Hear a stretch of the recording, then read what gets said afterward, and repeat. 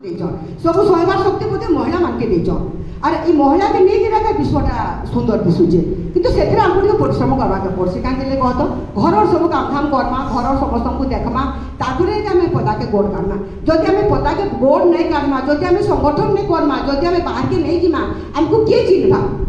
ଆମେ ଆମର ଅଧିକାର ସାବ୍ୟସ୍ତ କେନ୍ତା କରି କର୍ମା ଆମର କେନ୍ମୟ ଦେବୀ ତ୍ୟାଗରେ ସେ ମୂର୍ତ୍ତିମନ୍ତ ଦେବୀ ଆଙ୍କି ଚାଲେ ଜୀବନରେ ଜାମିତି ଥକେ ନାହିଁ ହାରିଯାଏ ନାହିଁ ନାହିଁ ତାର ଜୀବନୀ ବିରତି ନାହିଁ ତାର ଜୀବନୀ ବିରତି ବାପା ଘରେ ଗେହ୍ଲା ଝିଅ ସେ ତ ବାପା ଘରେ ଗେହ୍ଲା ଝିଅ ସେ ତ ଭାଇ ପାଇଁ ତା ସୁନା ଭଉଣୀ ଦୁହି କୂଳ ହିତା ହୋଇ ଦିନେ ହୋଇଯାଏ କୂଳ ଭୁଆ ଶୁଣି ଦୁହି କୂଳ ହିତା ପାଇଁ ଦିନେ ହୋଇଯାଏ କୂଳ ଭୁଆ ଶୁଣି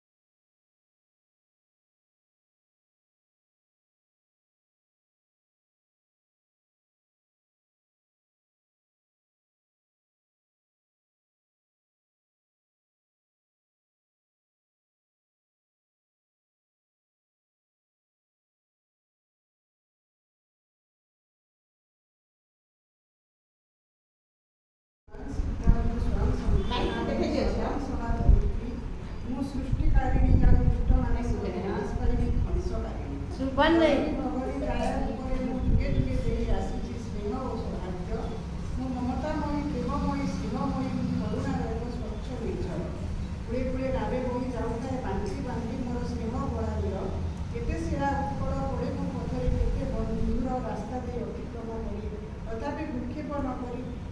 କିଛି ମୁଁ ମୋ କର୍ମେ କର୍ମ କରି ଚାଲିଥିଲି ଗୋଟେ ସନ୍ତାନ ଗୋଟେ ସ୍ୱାମୀ ଆଉ ଶ୍ୱଶୁର ନଣନ୍ଦ ଦେହରଙ୍କ ଅଟଳି ସବୁତକ ସମ୍ଭାଳିକି ସୁଚାରୁ କେବେ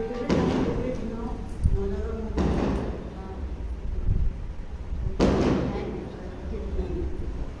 ବେଶୀ ହେଲା ପରି ବେଶୀ ହୋଇ ହୋଇ ବେଳେବେଳେ ମୁଁ ଅବଶ୍ୟ ହୋଇଯାଏ ହେଲେ ଆହା ପଦେ କାହା ପାଟିରୁ ବାହାରେ ନାହିଁ ମୁଁ ଧର୍ମାର୍ଥ ଦେହରେ ବିନ୍ଦୁ ବିନ୍ଦୁ ରଖି ପୋଛି ଦିଅନ୍ତି ଆହୁରି ବିପଦ ଶୁଣିବାକୁ ପଡ଼େ ବହୁତ କିଛି କାମ ବେଳେବେଳେ ଭାବେ ଠିକ୍ ଜୀବନ କିନ୍ତୁ ନା ପରବର୍ତ୍ତୀ ମୁହୂର୍ତ୍ତରେ ନିଜକୁ ସମ୍ଭାଳି ନିଏ ମୁଁ ପରା ନାରୀ ଈଶ୍ୱରକୁ କି ଅମୃତ ବାଣ୍ଟିବାର କ୍ଷମତା ଅଛି ମୋ ପାଖରେ ମୁଁ ସମସ୍ତଙ୍କ ମଧ୍ୟରେ ହଁ ହଁ ମୁଁ ସମସ୍ତଙ୍କ ବହୁତ ସୁନ୍ଦର नारी ही सकती नारी ही मुकती नारी ही सकती नारी ही जन्म दात्री केवे से जननी भगिनी हो जाया केवे से जननी भगिनी हो जाया केवे पुणी सिए नेत्री नारी नुहे सिए अबला नारी नुहे सिए अबला से जे शांत कांत सबुज्जला प्रकृत रे नारीटीए এইভাবে আজ বর্ণনা করছেন কবি তাঁর ভাষায় নারী এইভাবে হেবা উচিত কিন্তু আমার সমাজে মু এটা কহিবি নাই আমার সমাজে নারীর যেতিকি রয়েছে পুরুষর মধ্যে সেইভাবে ভাবে রয়েছে উভয়ঙ্কর সাহায্য সহানুভূতি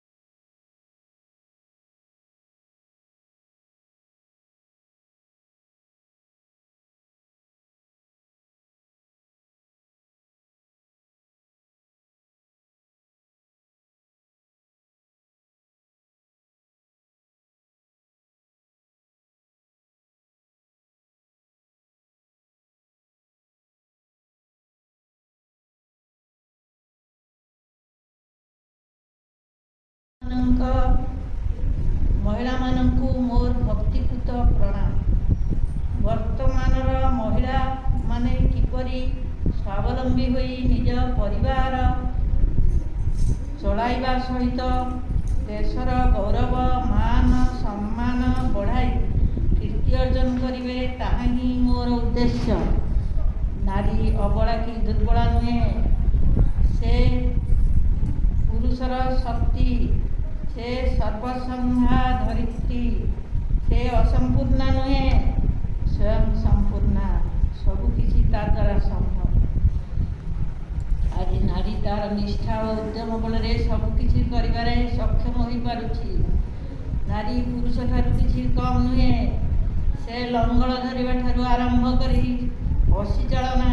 ରିକ୍ସା, ବସ୍, ଟ୍ରକ୍, ଟ୍ରେନ୍, ଉଡ଼ାଜାହାଜ, ଯୁଦ୍ଧଜାହାଜ, ଅସ୍ତ୍ରଚାଳନା ଇତ୍ୟାଦିରେ ପାରଦର୍ଶିତା ଅର୍ଜନ କରିପାରୁଛି। ସୈନିକ ସାଜି ଦେଶ ରକ୍ଷା କରୁଛି। ମନ୍ତ୍ରିମଣ୍ଡଳରେ ସ୍ଥାନ ପାଇ ଦେଶ ଶାସନ କରୁଛି। ବୈଜ୍ଞାନିକ, ଶିକ୍ଷାବିତ୍, ମନସ୍ତତ୍ତ୍ୱ